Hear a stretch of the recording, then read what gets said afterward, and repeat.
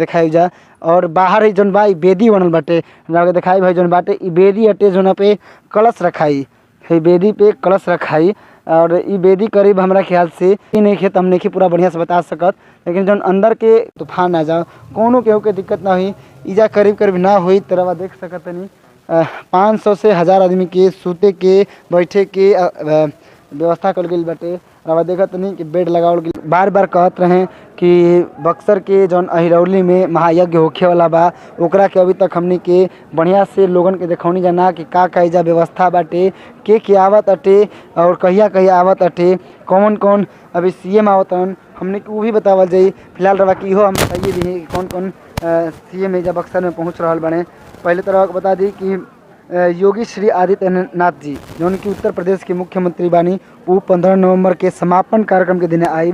समापन कार्यक्रम के दिन ही हमारा ख्याल से सभी सीएम मौजूद हुए नहीं जा। बता दी कि शिवराज सिंह चौहान मुख्यमंत्री मध्य प्रदेश के आवाला बानी, मनोहर लाल खट्टर मुख्यमंत्री हरियाणा के आवाला बानी, प्रमोद संवाद मुख्यमंत्री गोवा के आवाला बानी, ब्रजेश पाठक उप मुख्यमंत्री उत्तर प्रदेश के आवाला बानी, कालराज मिश्रा राज्यपाल राजस्थान के आवाला बानी, तथा हिमंत बिश्व शर्मा मुख्यमंत्री असम के आवाला बानी, प्रेम सिंह तमंग मुख्यमंत्री सिक्किम के आवाला बानी, एकनाथ साभाजी सिद्धे मुख्यमंत्री महाराष्ट्र के आवाला बानी, आरिफ मोहम्मद खान राज्यपाल केरल के पहुँचे वाला बानी, सत्यदेव नारायण आर्या राज्यपाल त्रिपुरा वहाँ के पहुँचे वाला बानी, पुष्कर सिंह धामी मुख्यमंत्री उत्तराखंड वहाँ के पहुँचे वाला बानी, एन बीरेंद्र सिंह मुख्यमंत्री मणिपुर पहुँचे वाला बानी, देवेंद्र फडणवीस मुख्यमंत्री महाराष्ट्र तथा गंगा प्रसाद राज्यपाल सिक्किम, मनोज सिन्हा उपराज्यपाल जम्मू कश्मीर के पहुँचे वाला एजा बानी जा।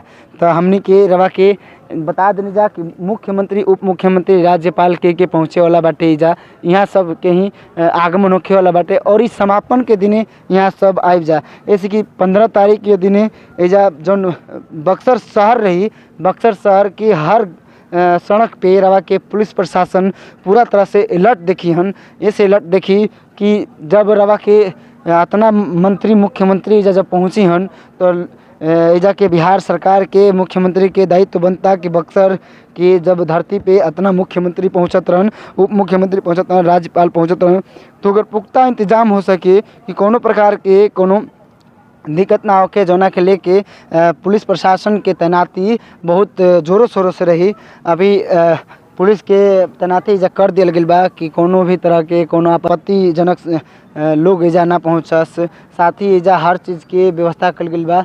एजा हम रवा के बताइब कि एसडीएम और डीएम सब दौरा कर रहा बने, लगातार कर रहा बने। फिलहाल अभी एसडीएम सर एजा आके दौरा कैले बनी, वो हमने के अगर एसडीएम सर मिल भी जाते तो हमने के वहाँ से बातचीत कर जी कि प्रशासन के का व्यवस्था बाटे, जो लगातार यज्ञ हो रहा बाटे उमें का वहाँ के व्यवस्था बाटे, का निरीक्षण क्यों नहीं, वो सब हमने के अगर वहाँ के मिलत नहीं तो वहाँ से बातचीत कर जी।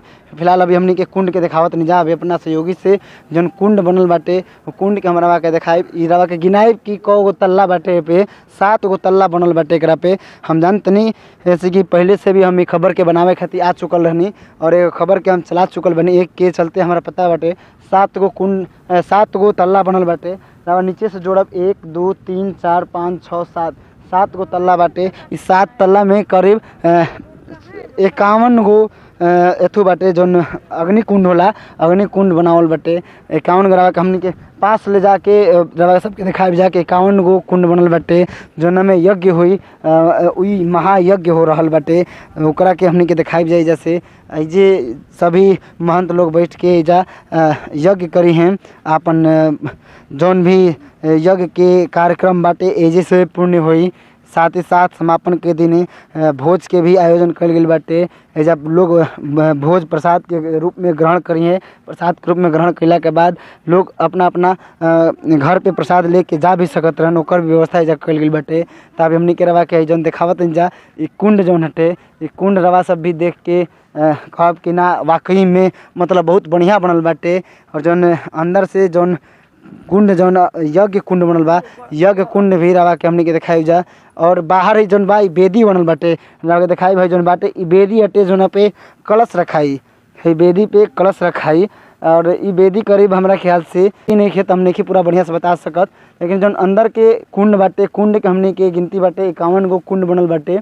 हवे कुंड हटे जौन यज्ञ के कुंड हटे। हमनी के दिखाई अपना पास से जौन बारन हमारे सहयोगी मिश्रा जी वहाँ से हम बोलब कि पास ले वहाँ के दिखाई यज्ञ के जौन कुंड देखत तनी, यज्ञ के कुंड बाटे हिजा सामने से देखत तनी, एकरा में यज्ञ होई रवा देखत तनी। कुंड देखे में भी कितना अच्छा लगता है, स्पेस भी अच्छा दिहल बाटे कि लोगन के गर्मी के एहसास ना होके, जब यज्ञ होखे लगे तो गर्मी के एहसास ना होके, ओकरा के देखते हुए ओकरा के दूरी तय करके बनावल गइल बाटे और ओकरा के अच्छा से बनावल गइल बा। साथ ही साथ बेदी अंदर भी बनावल गइल बाटे। करीब करीब 26-27 गो हमरा जनाता कि कलश रखे वाला बेदी बनावल गइल बाटे। साथ ही एजा जौन माइकिंग सिस्टम बाटे उ भी परिपूर्ण कर दिहल गइल बाटे। एजा जौन कुंड के जौन स्थान दिहल गइल बाटे, जौन बनावल गइल बा कुंड के स्थान, ओकरा के अच्छा से सजावल गइल बाटे। ओकरा के देखत नहीं रवा के लाइट से सजावल गइल बाटे, झालर से सजावल गइल बाटे ताकि देखे में कुछ खूबसूरत लागे। भगवान के तस्वीर लगावल गइल बाटे, माँ दुर्गा के तस्वीर लगावल बाटे, महादेव के तस्वीर लगावल गइल बाटे, भगवान विष्णु के तस्वीर लगावल गइल बाटे। और 7 गो मंडप जौन बाटे ई कुटिया के तौर पर बनावल गइल बा ताकि ऋषि महाऋषि जौन रही वहाँ के कुटिया में ही रहत रही, कुटिया में ही यज्ञ करत रही, ओकरा के देखते हुए ई कुटिया के रूप दे के ही एजा बनावल गइल बाटे। और ई जौन पंचकर्मा के बात करते हैं रवा के, तो पंचकर्मा रवा के एक ओरे महिला एक ओरे पुरुष के रवा के देखेबे के नहीं, पूरा बढ़िया से व्यवस्था कल गइल बाटे ताकि कोनो भी प्रकार के लोगन के परेशानी दिक्कत ना हो सके, कोनो परेशानी लोग ना झेल सकस, ओकर पूरा व्यवस्था पुख्ता इंतजाम कल गइल बाटे। ई सारा इंतजाम माननीय अश्विनी कुमार चौबे जी के द्वारा जौन कि मंत्री जी बानी उनका द्वारा ये सब कल गइल बाटे। और बड़ा ही अच्छा दृश्य देखे में लागता अभी से ही लोगन के जुटान, जैसे कि दरअसल आज से शुरू होखे वाला बाटे। एक वजह से आज से लोगन के भीड़ आवे शुरू हो गई बाटे। रवा के बता दी कि रवा के 12 तारीख के दिन काफ़ी मात्रा में जब भीड़ रही, 9 के 12 के 15 के 14 के काफ़ी मात्रा में जब भीड़ रही। काहे से कि यज्ञ तो होते रही, यज्ञ के साथ साथ जन संस्कृति कार्यक्रम के आयोजन कल गइल बाटे, ओकरा के देखे खातिर काफ़ी दूर दराज से लोग अइहन, काफ़ी अन्य राज्य से भी लोग अइहन। रावा तो जानते बानी कि जब आरा में यज्ञ के ठानल गई रहा तो उजा यज्ञ जब भइल तो उजा काफ़ी मात्रा में लोग बक्सर से पहुँचल रहन, बक्सर का बनारस से भी लोग पहुँचल रहन। एजा बता दी कि त्रिदंडी स्वामी के पूरा देख रेख बाटे, जौन में एजा देख रेख बाटे त्रिदंडी स्वामी जी महाराज के द्वारा सारा देख रेख बाटे। और उहें के आदेश पे साथ ही साथ अश्विनी चौबे जौन मंत्री जी बानी वहाँ के कार्यधार से ई कार्यक्रम के आयोजन एजा भइल बाटे। और जौना के लेके काफ़ी लोगन में उत्साह बा कि जीआर स्वामी जौन बानी वहाँ के कार्य से लोगन के खुशी बाटे कि वहाँ के वजह से बक्सर के एगो नाम होखे जा रहल बाटे। बक्सर स्थली जौन बाटे से राम के शिक्षा स्थली बाटे, शिक्षा स्थली के नाम अब विश्व स्तर पे आ जाई कि बक्सर भी एगो राम के शिक्षा स्थली रहला। बहुत दिन से प्रयास चलत रहा कि बक्सर के नाम अभी तक कहीं लोग जानत ना रहन।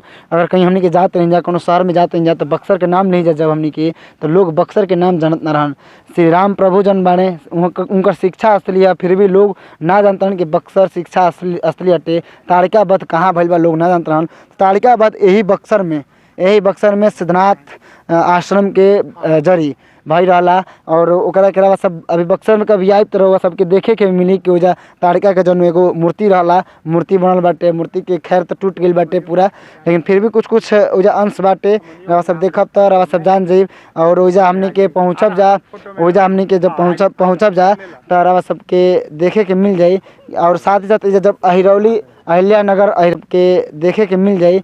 और साथ ही साथ जब अहिल्या नगर अहिरौली में जब पहुँचब तो एजा अहिल्या मंदिर जौन बाटे, अहिल्या मंदिर में पहुँचब तो सबके पता चल जाई कि अहिल्या के उद्धार जौन भई रहे वहाँ के मंदिर जे बाटे वही जगह पे ऐसे प्रभु राम उद्धार कैले रही। जौना के देखते हुए अब लोग जनी हैं कि बक्सर भी श्री राम के नाम से प्रसिद्ध बाटे।